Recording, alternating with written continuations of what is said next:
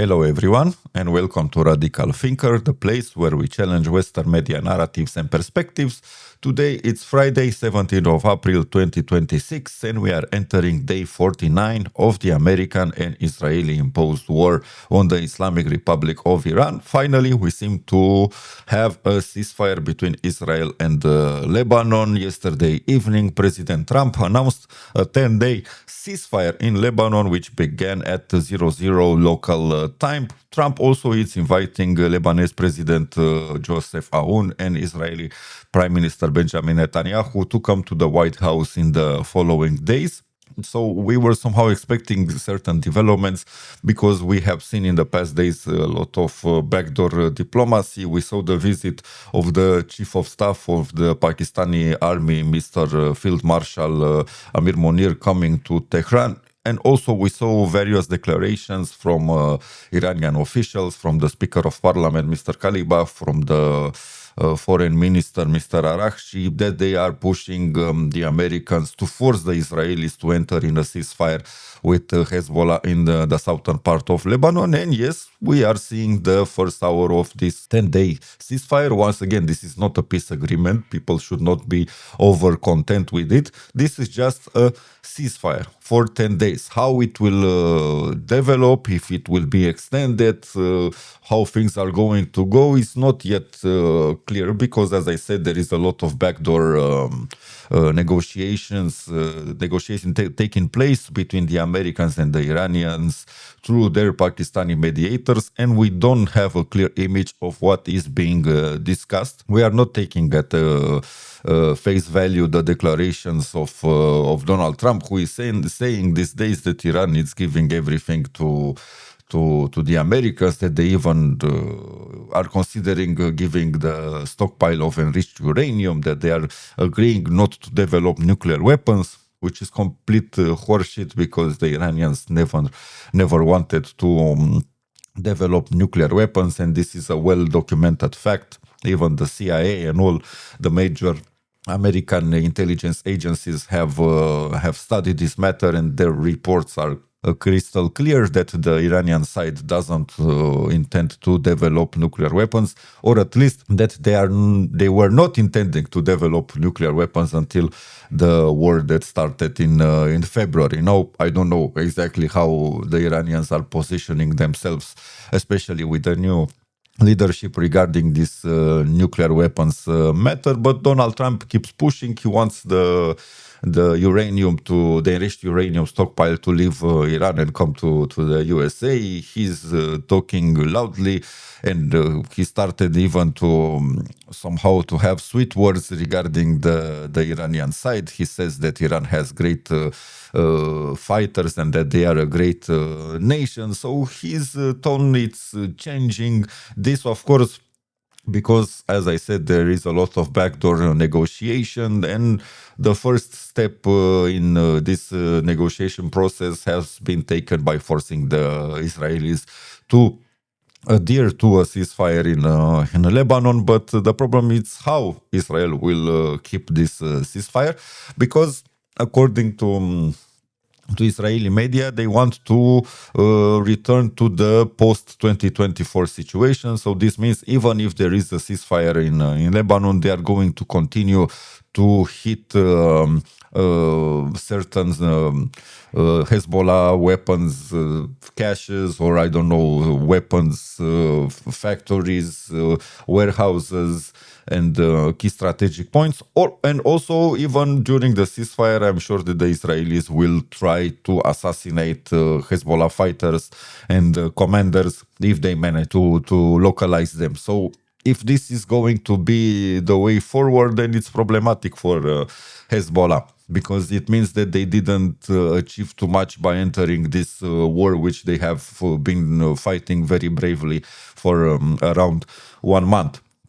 But according to some other sources that supposedly spoke to NBC, although I'm very skeptical that Hezbollah is speaking directly to an American media outlet like NBC, but let's take it as NBC says, and they say that Hezbollah is going to respond from now on every time when Israel will break the ceasefire. So if Israel will, I don't know, bomb a warehouse, someone in the Bekaa Valley, or if they are going to assassinate a Hezbollah officer, then Hezbollah will respond almost instantly by shooting rockets or by using drones to attack the Israeli side. But let's say when that this will happen, if it will happen, then Israel will have a green light to say that there is no more ceasefire, and they will restart their operations on the ground in the southern part of Lebanon.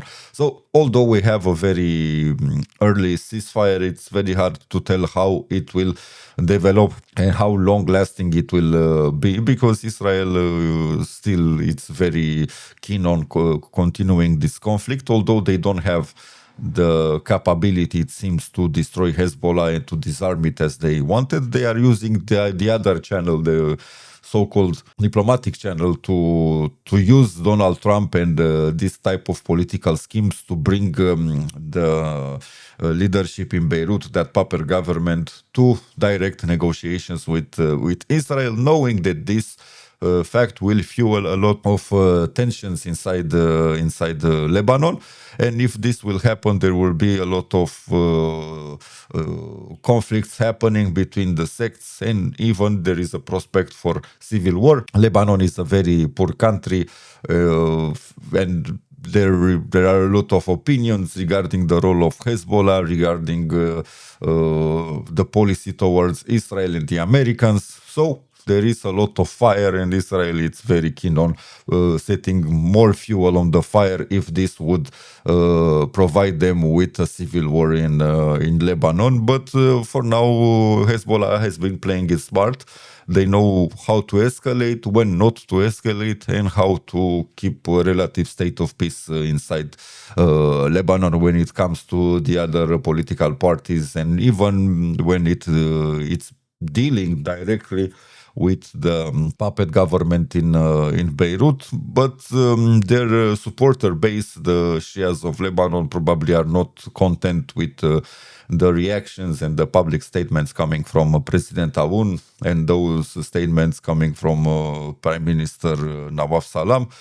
And most probably we are going to see street movements, we are going to see protests, but how and if they are going to escalate to something else, it's not so easy to say for now.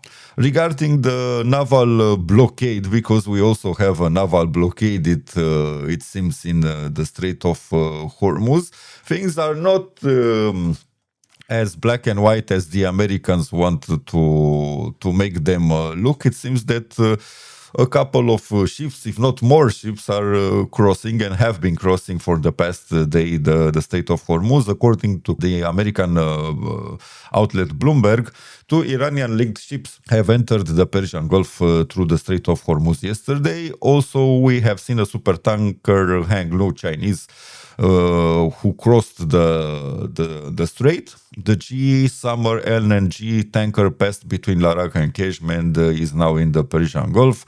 And during the first day of the naval blockade, sanctioned ships continue to pass through. So this is more of a masquerade. It's more of a show than a real naval blockade.